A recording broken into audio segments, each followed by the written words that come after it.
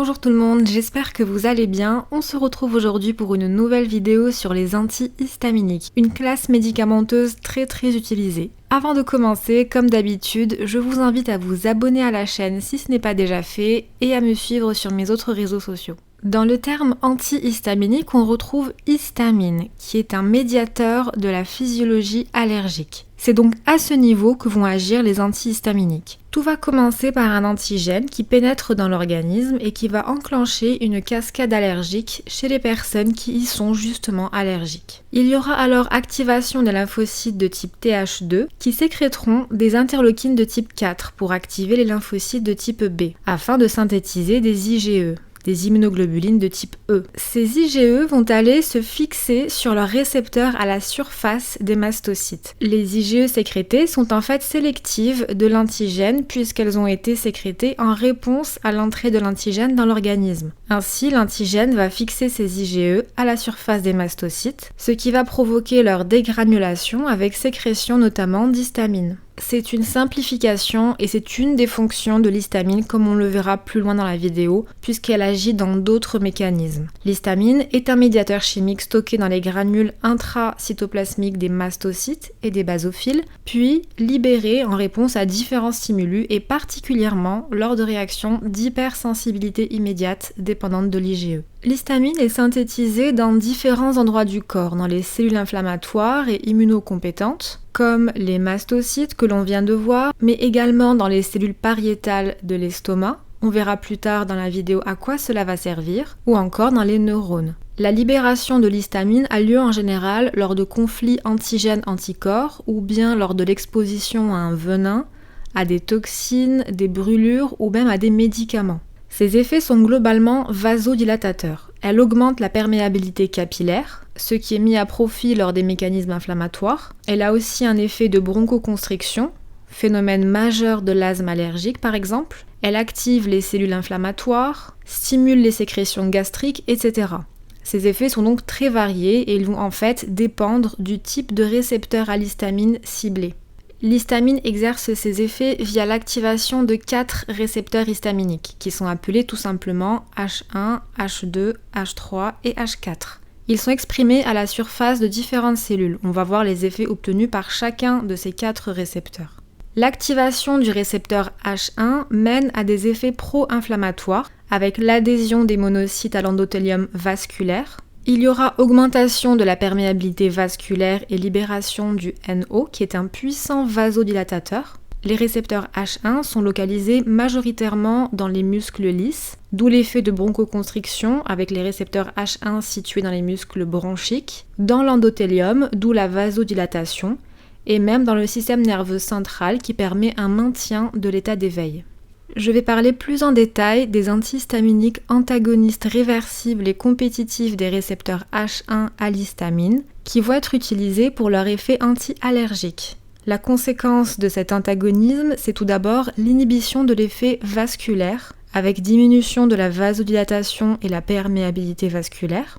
Ils vont donc permettre de contrer les effets que va avoir en temps normal l'histamine lors d'une réaction allergique, c'est-à-dire les œdèmes, érythèmes, flushs, papules, etc. Tous ces effets-là seront arrêtés par la prise d'antihistaminiques. De même, il y aura inhibition des stimulations des terminaisons nerveuses, responsables normalement des douleurs et des mangeaisons. Ainsi, on aura diminution de ces douleurs, de ces prurites, qui veut dire des mangeaisons, des éternuements et des urticaires. Les sécrétions seront également inhibées, comme les rhinorrhées, la salivation et l'armoiement. Il est préconisé de prendre des antihistaminiques comme la cétirizine si le patient a le nez qui coule à cause du pollen par exemple. Il y aura également inhibition de l'entretien de l'inflammation avec diminution du recrutement et de l'activation des éosinophiles et macrophages. Et enfin, inhibition de la différenciation TH0 en TH2 pour réguler la réponse allergique.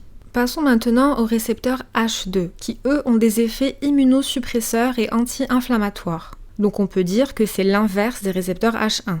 L'histamine peut avoir des effets inverses en fonction des récepteurs qu'elle active. Dans ce cas, on va avoir une inhibition du chimiotactisme, des polynucléaires neutrophiles, inhibition de l'interleukine 12 par les monocytes et induction de la sécrétion d'interleukine 10. Ils sont localisés au niveau de la paroi de l'estomac pour permettre la régulation de la sécrétion acide de l'estomac. D'ailleurs, cela va être mis à profit pour les médicaments antiacides que j'essaierai de traiter prochainement.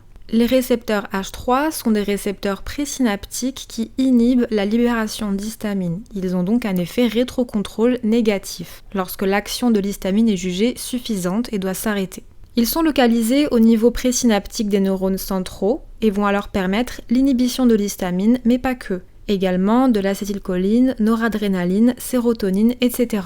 Enfin, les récepteurs H4 sont plutôt au niveau des lymphocytes T, CD4 et 8 pour inhiber la production de chymiokines et la réduction de recrutement des monocytes. On les retrouve localisés également au niveau des cellules hématopoïétiques pour avoir donc cet effet sur la chymiotaxie et la libération d'interleukine 16. En règle générale, les antihistaminiques sont classés en deux grands groupes. Les antihistaminiques sédatifs, dits de première génération, qui passent la barrière hémato-encéphalique. C'est parce qu'ils passent la barrière hémato-encéphalique et arrivent dans le cerveau qu'ils ont cet effet sédatif. Ce sont par exemple la méquitazine, l'hydroxyzine ou encore doxylamine, prométhazine ou diménhydrinate.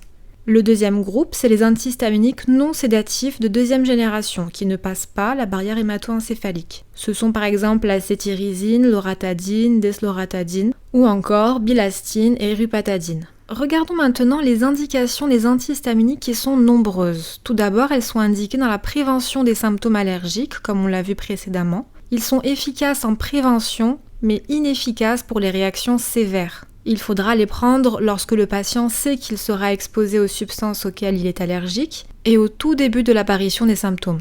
Ils seront souvent utilisés l'été et le printemps, périodes durant lesquelles les pollens, moustiques et autres allergènes sont les plus fréquents. Les symptômes typiques d'une réaction allergique, ce sont les rhinites et conjonctivites, mais aussi les dermatoses de type urticaire, eczéma atopique ou piqûres d'insectes. D'ailleurs, les moustiques tigres que vous pouvez voir ici sont de plus en plus fréquents.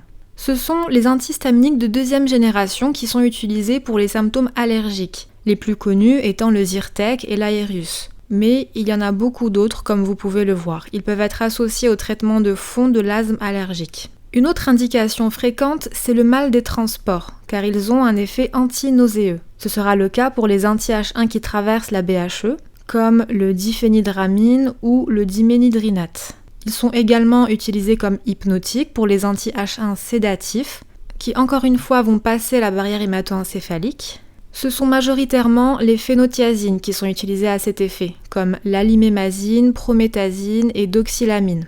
Ensuite, l'effet anxiolytique est obtenu avec l'hydroxyzine qui a cette indication pour les manifestations anxieuses mineures. Elle peut aussi être prescrite en prémédication d'une anesthésie générale. Enfin, la toux sèche nocturne peut être traitée par l'oxomémazine. On précise nocturne car elle présente un effet sédatif qui aide à dormir et à empêcher les insomnies liées à la toux nocturne. Pour finir, nous allons voir les effets indésirables et contre-indications des antihistaminiques.